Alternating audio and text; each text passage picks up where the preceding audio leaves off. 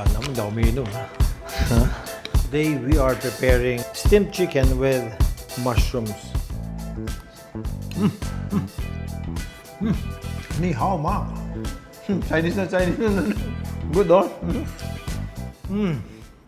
Hi, I'm Richard Gomez. Welcome to Goma At Home. Today, we are preparing steamed chicken with mushrooms, okay? We have finely chopped garlic, ginger, which is very important. And then, meron tayong scallions. Ito, pag Chinese cooking, laging merong Chinese sausage. So, tuloy siya dito. Ganyan. Ito talagang pampalasa to. Sarap to. It's a bit chewy. No? And then we'll put this on the side. And then later on, we are going to steam our chicken. Ayan, tabi muna nito. Some people would serve it like this. But personally, I think it's a bit big. So, gawin natin. Putulin natin siya into two. No? Ito. Tanggalin ko lang itong yung drumstick niya. Putulin siya dito. Yes. Tanggalin yung joint. Then, putulin natin yung meat. Yan. See that? Yan. Ako, okay lang ako na medyo malaki. Pero, para malaki, but kasi pag malaki yun yung pieces So I don't mind na ganito kalaki yung chicken ko for steamed chicken yan. Para kakaiba lang, di ba? Okay, there.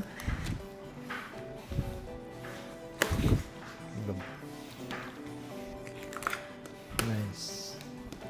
Laki.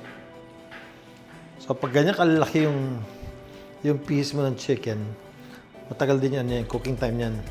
So yung cooking time yan siguro will last you instead of let's just say 15 minutes, dagan natin mga 10 minutes sa steamer. So we'll cook it for about 25 to 30 minutes. But always remember, when you cook chicken, gusto mo na yung chicken is not half cooked. It has to be well done. Walang half cook sa chicken. Kasi pwede ka magkaroon ng salmonella. Parang ganda, laki oh. I like it like that. Okay, so next, linisin ko muna to. Sa chicken naman lalagyan natin yung Shaoxing wine. Ito, Shaoxing wine. Not too much. Ilagyan nito pang flavor ng Chinese food at saka pantanggal ng lansa. Ito naman yung sauce natin para it's like a marinade for the chicken, pero quick marinade lang. With chicken kasi, para sa akin personally, I don't really like marinating chicken. Kasi pag nag-marinate ka ng chicken, tumitigas yung meat. So we have soy sauce. And then we also have thick soy sauce. Malapot na soy sauce. You know. Sarap. Since marami tayong chicken, pwede marami soy sauce kaya natin. Sarap. And oyster sauce. Put some oyster sauce. Okay. And some sesame oil. Kala mo daw umiinom, ha? Huh? Some sesame oil. Yan. So we'll mix this solution. Ito yung pangana sa chicken. Yan, ng konting lagyan ng konting flour mamaya. Lalagyan natin yung flour para maging velvety yung texture natin. So we are going to cook our chicken here. Yan, no? Tapos andyan yung sauce natin. Nire-ready ko lang lahat. Tapos yung mushrooms natin, we don't have to hydrate yung mushrooms natin kasi hindi naman siya dry. Fresh mushroom siya, so you can cook it na buo or you can cut it in half na ganito. Since malaki siya, pwede siyang half or pwede mo siyang i-1/4 ganun. So depends on how you want it. So 1/4 gawin natin. So yan, pag ganun. Quarter natin siya. Masarap, marami mushrooms kasi ang sarap dito because it gives you an umami flavor. So, hindi mo kailangan maglagay ng monosodium glutamate sa food. Nice. Tapos ito yung magiging parang parang bed na natin. Parang ito yung magiging bed ng chicken natin. Some people, they prefer putting different kinds of berries, no? Pero we'll make a simple one lang para mas madali siyang sundan. Tsaka yung availability ng natin, ng ingredients natin, nandito lang lahat. Okay, so this one, I'll put this under. Magiging bed siya ng chicken natin together with our ginger. Kasi iba naman, pwede mo ilagay doon. Kasi ihalo natin mamaya yung sauce natin. Okay? Then we'll put in some flour para lang maging velvety lang ng konti natin yung chicken natin. Just ito lang. Flour. Not too much. Ihalo lang natin to. So now, I'll get a bigger container and mixing bowl. Lalagay ko ito lahat dito. Okay. Take this out. I'll put a little more flour. Ayan. Tapos yung mixture natin kanina, mixture soy sauce, oyster sauce, sesame seed oil. Sama natin yan dito. Ayan. Yun, no? Yung thick soy sauce natin, very thick talaga. No? Ayan. May molasses na ito eh. Nice. Okay. I'll put the ginger, which is very important. Nilagyan yung onions natin. Ito, chopped onions. We'll put it here. And halo lang natin yan by hand. Okay? Ano lang. Yan.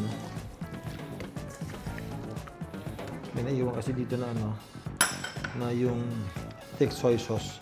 Ang gagamit natin itong chicken dapat tanggal. Sayang eh. Nice. Okay, yun. Good.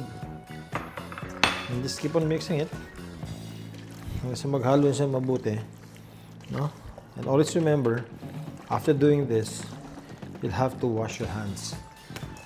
Kasi yung chicken yung hinahawakan natin, baka may salmonella. Alam mo na. Okay? That's it. So, while we're washing our hands, yan yung pinaka-marinade time niya. Tsaka lang.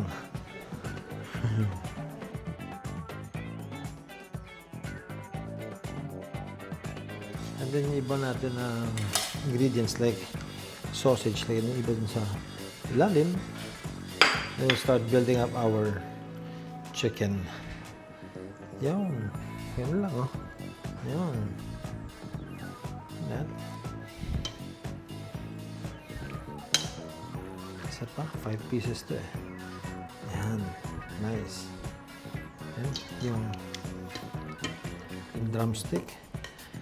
Yan, lalagay. Oops.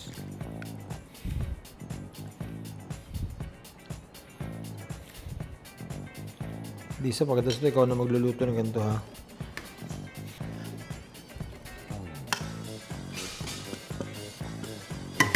Okay. The rest of the, yung marinade natin, kunin natin, ubusin natin. Sayang. Sarap nito. Good. Nice. A little more of that. Sa ibabaw, so we have all the saltiness na kailangan natin. And then, putol pa tayo ng konting mushrooms para lalagay sa ibabaw. Okay? Yes.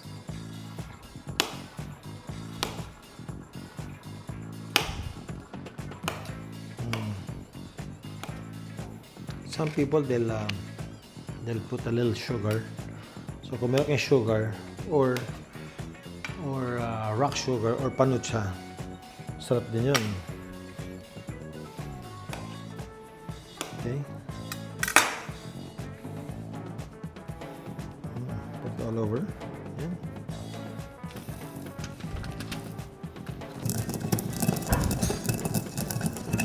Put some pepper. Okay.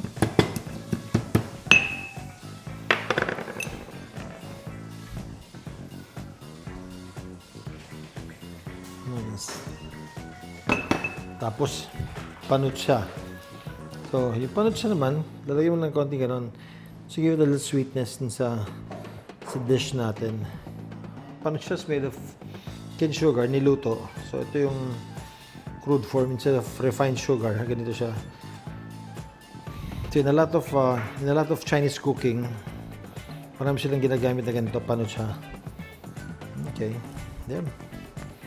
But instead, what they use, lagi na white na yung rock sugar.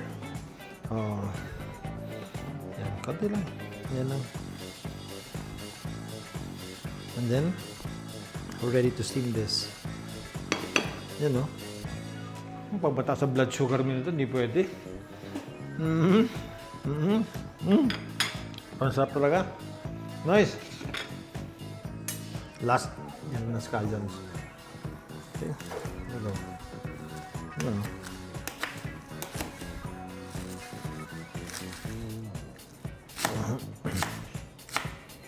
Good. It's on top. Ganda ng color niya, oh. Ganda na ng color. Masarap yung flavor. That's it.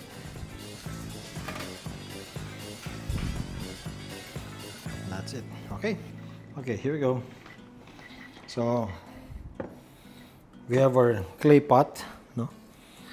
Itong clay pot na to, kwento ko lang sa inyo. Ito, binigay ito kay Lucy when we were newly married. So, that was, 26 years ago. And then, isa sa mga unang niluto niya na pagkain, dito niya niluto. Sabi niya, in case you cook some Chinese food, you cook it here again. So, today I'm using this one, and I'm going to steam it here. We'll put that 100 degrees. Okay, and then yung time natin, we'll cook it for about 25 to 30 minutes. So what I'll do, I'll put 30 minutes. Oops. Taga. 30.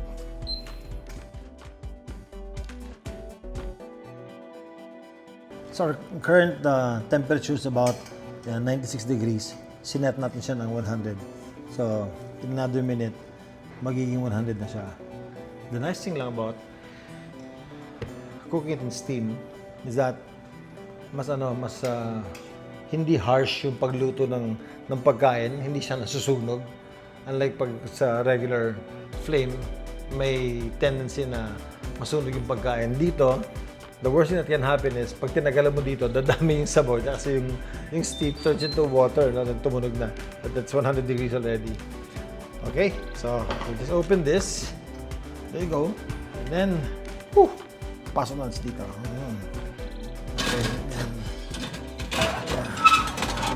Okay. And then, close the door. So, pag reach niya ulit ng 100, magta-timer na siya. Bababa na yung time niya. At 20 minutes, we'll check our chicken. And then, we'll see if it's okay na. And then, we'll add another 5 minutes. So, maximum natin 30 minutes. There you go.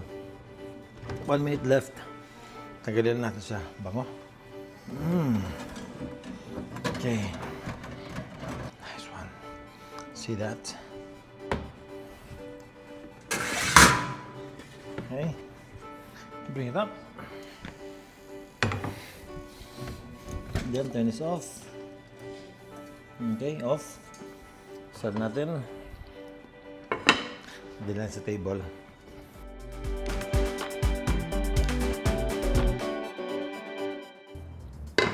Nice. So because of the size of the cut of chicken, dinagdagan natin yung cooking time, no? So we added how much? 15 more minutes para sure tayo na luto talaga yung chicken natin. So now, pwede natin tignan chicken. Tignan inside yun, no? Kung luto na ba siya talaga.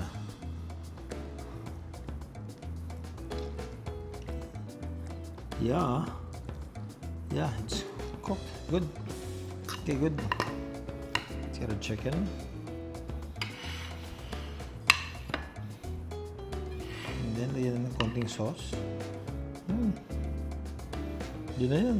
Plus the mushrooms. Yan, oh. Nice. Okay. Kakainin lang ito ng nakaupo. Na. There you go. Bango. Sarap. Goodie. Okay. So chicken is well cooked, as you can see. White na yung meat niya. Yan o. Pag medyo nag-red siya, make sure to cook it again. Yan o, just to make sure. Yan o. So ngayon, subukan natin.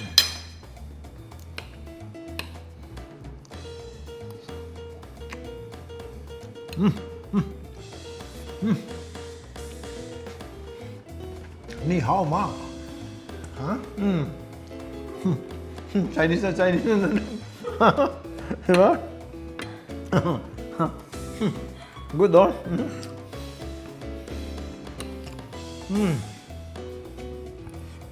No, when we started, kanina, wala siyang ano, matataka bakit meron sauce. It's because of the steam. Habang niluluto natin, so napupunta yung konting steam dito. Kasi nag-create siya ng sauce. See? Sarap. Wow. There you go. Alright.